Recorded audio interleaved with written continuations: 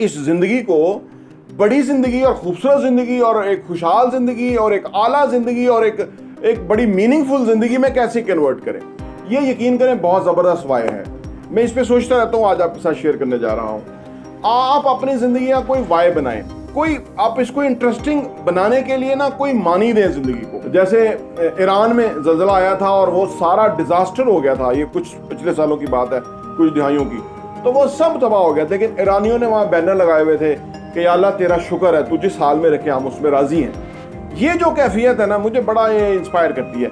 फिर उसको आपको 11 साल के लिए कैद में डाल दिया गया। वहाँ से उन्होंने अपने बेटों और अपनी वाइफ को ख़त लिखा। उन्होंने कहा मैंने बड़ी इबादत की ज़िंदगी में, लेकिन जो मुझे मज़ा यहाँ जेल के अंदर कुरान की तलावत करने का और इबादत करने का आया, वो कभी कहीं नहीं आया। तो ये अल्लाह ताला की, ये वो लोग हैं जो अल्लाह की रज़ा पे राज़ी होने वाले लोग हैं।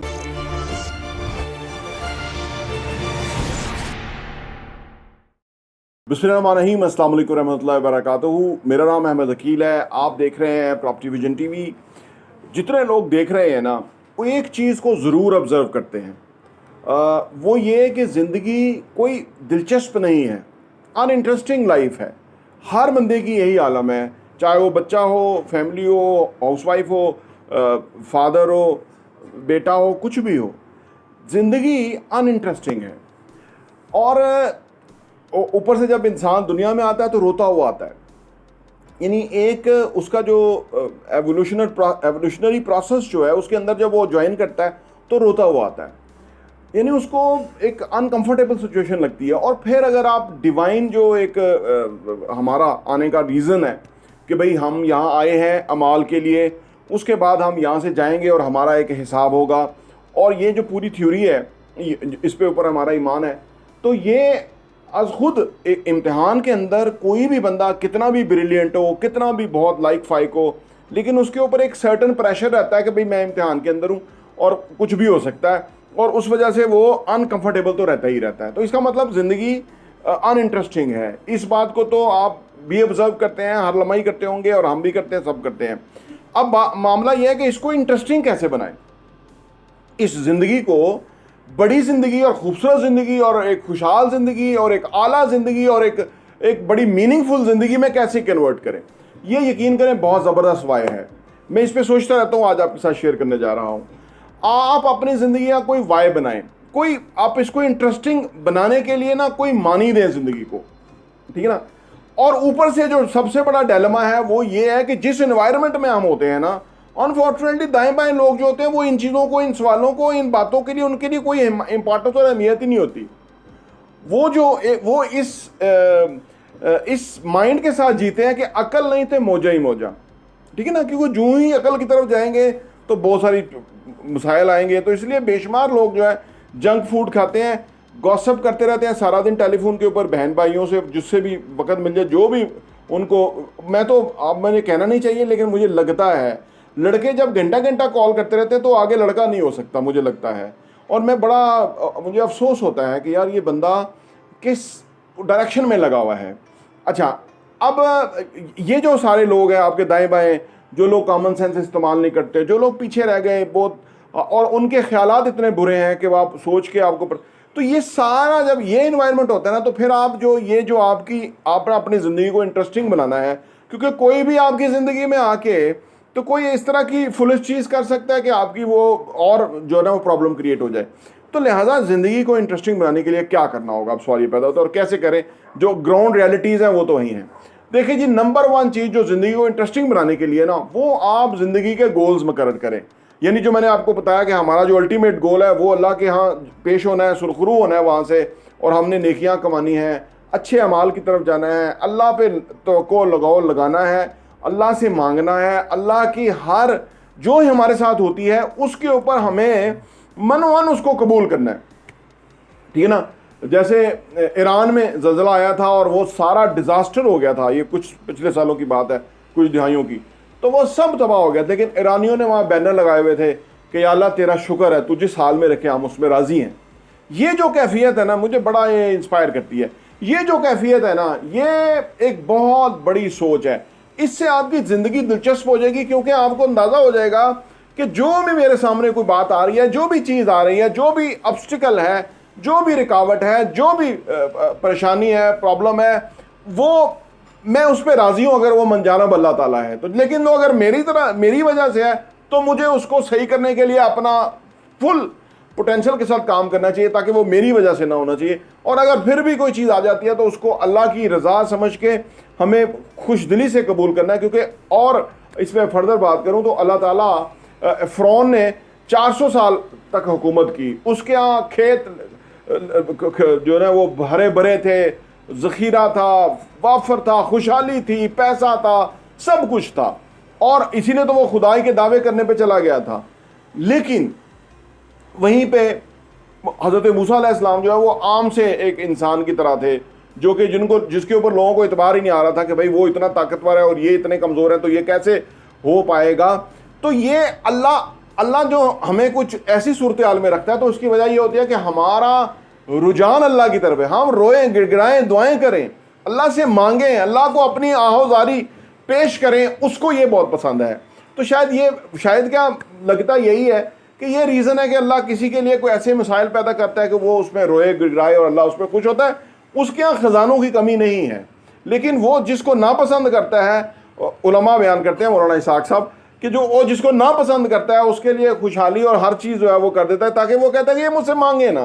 क्योंकि जो अल्लाह को पसंद है ना कि वो गिड़गिड़ाना, रोना, तो वो कहता है ये मुझसे रोए, गिड़गिड़ाए ना, जो इसको चाहिए वो दे दे। तो ये अगर आप इस चीज़ के साथ ज़िंदगी को लें, इस नज़रिए और ख़्याल के साथ लें, तो आपको अंदाज़ा हो जाएगा कि भाई अल्लाह अगर हमारे लिए कोई रुकावट है, कोई परेशानी कोई हुआ है, तो उसकी रज़ा है और हमें उसके साथ कबूल करना चाहिए। और उसका ये मतलब नहीं कि हमें हाथ पे हाथ रख के बैठना चाहिए कि अल्लाह की रज़ा है। ये मेरा बड़ा एक ये मौजू रहता है। जो हमारे उलमा है, जो सो कार्ड उलमा है, कुछ अच्छे तो हैं ही हैं, मैंने मौलाना इसाक साहब की बात की और बेशुमार हैं, लेकिन जो ये उलमा है कि जो हाथ पे हाथ रखने की तरफ चले जाते हैं, अल्लाह की क्योंकि रज़ा है तो हम कुछ नहीं कर सकते।